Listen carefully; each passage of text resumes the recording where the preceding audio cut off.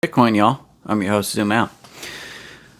I spend a lot of time on this channel talking about the reasons, the way that Bitcoin works as being the reason why it'll work. Censorship resistance, immutable ledger, all these things I've talked about in the past. Today I want to focus on what convinced me personally that Bitcoin is going to change the world. And these are just opinions. These are definitely, this is a kind of a mental model or worldview that I filter information through. And so I'm just going to give that to you, and then you can maybe think about it and decide for yourself if some of that makes sense. So there was a book written in 1997 called The Fourth Turning. And a couple of economists who basically described a cyclical nature to history. This is a model. It's a mental model. So it's not perfect, but it does a good job of taking some ideas and showing how they repeat. So it's an 80-year, roughly 80 to 100 year cyclical nature of populist uprisings. And so the easiest way to explain that is to go with the current one so you can kind of get the gist of it. So real quick, 80 years ago, we had World War II. 80 years before that, we had the Civil War. 80 years before that, we had the American Revolution. And so in the context of the history of the United States, we are in the fourth turning, and we're at the end of it. Now, the reason that this book postulates that these cycles happen is that 80 years is roughly the length of a long human life. And so when you divide generations into 20-year generations, when you get 4 generations out, that generation is far enough away from things getting so bad that they can't fathom or understand how bad things can get. And so that group is willing to basically wage war on the powers that be. But it's a little more complicated than that. So let's look at the current one.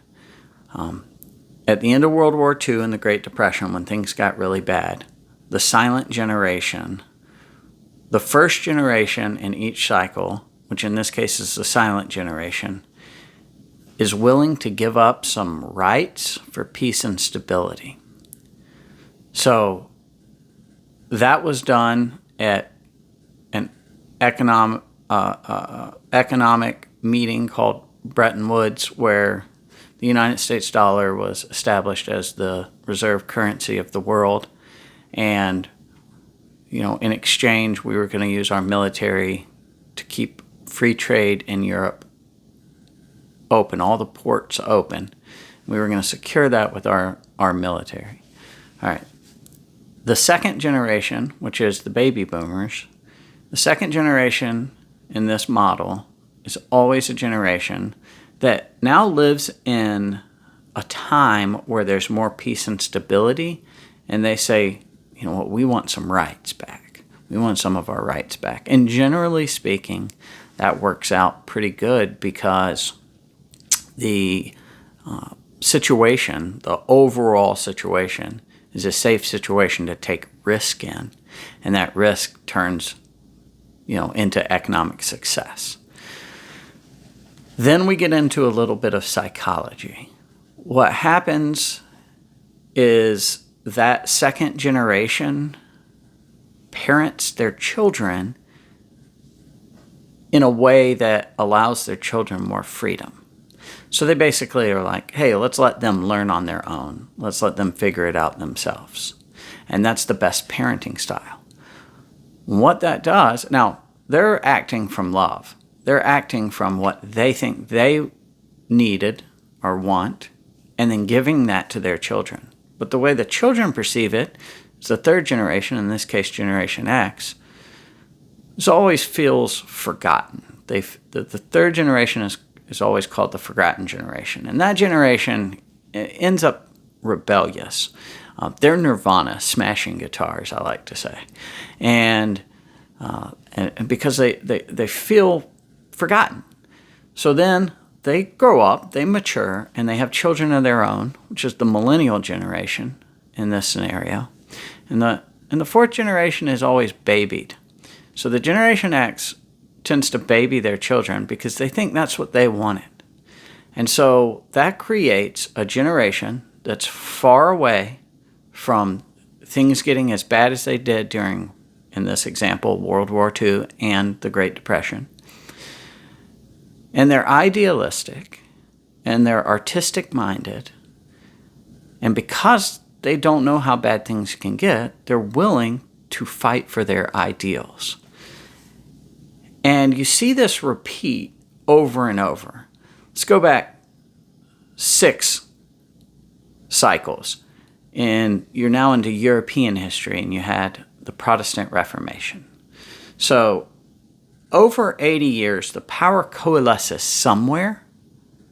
And then in that case, 500 years ago, the power was with the Catholic Church, and Martin Luther waged the Protestant Reformation with a decentralized technology called the printing press. I only bring that up because I think that there are some similarities to today. So today, where has the power coalesced to? And the answer is clear that it is with central banks and non-government organizations. So the Bank of International Settlement sits at the head of all the other central banks.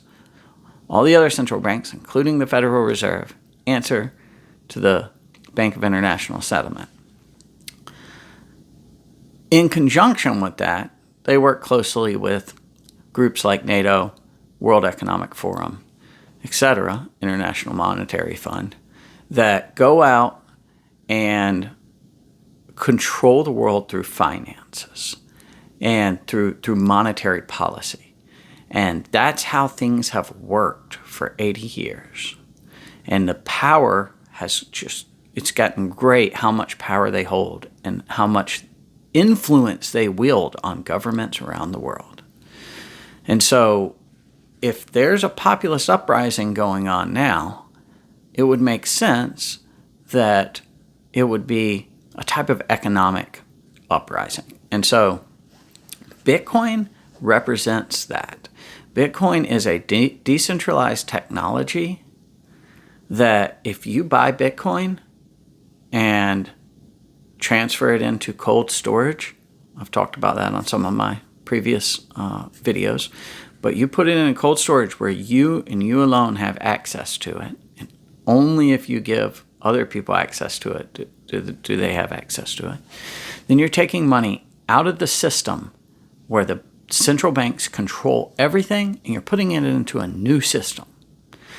Now, based on this cyclical theory, it would make sense that that would gain traction over time. And I think the way we're seeing that gain traction is both here in America, but even more so over in developing countries that are their economic policies controlled by the central banks or the International Monetary Fund. And that gets super complicated, but it's all done through loans, and then when they have to repay the loans and they can't, austerity measures. And it causes developing nations' economy to expand and then contract. And they never really grow. They never really get any better. And so you're starting to see countries that are in that situation adopt Bitcoin, and we're right at the beginning of that, but adopt Bitcoin as a way to take money out of the system that exists and put it into a new system where they have complete control over it. And so the last thing I'll say is that a part of that theory is that something happens that changes the mood for each generation. And so for the millennial generation, that could be viewed as what happened with the bank bailouts in 2008 during the economic collapse of that time. And if you look at the way Bitcoin is structured, it's a blockchain, and each block that's added on to the block before it has a subject line that references the block before it. But the very first block, it could have that subject line could have been left blank or could have said anything. But what the creators of Bitcoin did is they put the press release from the second announcement of the second bank bailout in 2009. And so they even branded themselves as a revolution against that whole system. And so if history is going to repeat, then that is going to build. And you're going to see it happen.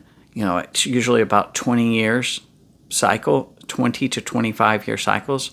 So you're talking about 2008, you're talking about sometime between like 2028 and 2031 is when we get to the point where things are going to get so bad that the next generation is going to come along and they're going to give up rights for peace and stability.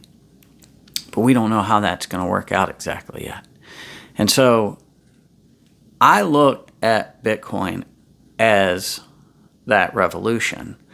And I think that the psychological and overall cyclical nature of this theory that has held true for lots of civilizations throughout time. You can look in the Romans, you can look at different Egyptian cultures, and you can, if you filter information through this 80-year cycle, you can see it happen over and over again. And so that is probably going to happen today. That's how I look at it. That is the thing for me that convinces me that Bitcoin is going to continue to grow. And I don't necessarily look at it as, hey, I want to be a part of this revolution. I just think that I look at it as an investor as probably on a long enough timeline, the value is going to go up because it's going to continue to grow in adoption as specifically a revolt against the current economic policy and where the power has all concentrated, that Bitcoin is really the only truly decentralized technology that exists today to challenge that, or at least it's the best decentralized technology to challenge that. So my assumption is that it will continue to challenge that and challenge it more. I hope you enjoyed this video. It's kind of big concepts, and I try to crush it down into, a short video. So if you have any questions, leave them in the comments below. If you enjoyed this, like it, please share it, and I'll be back.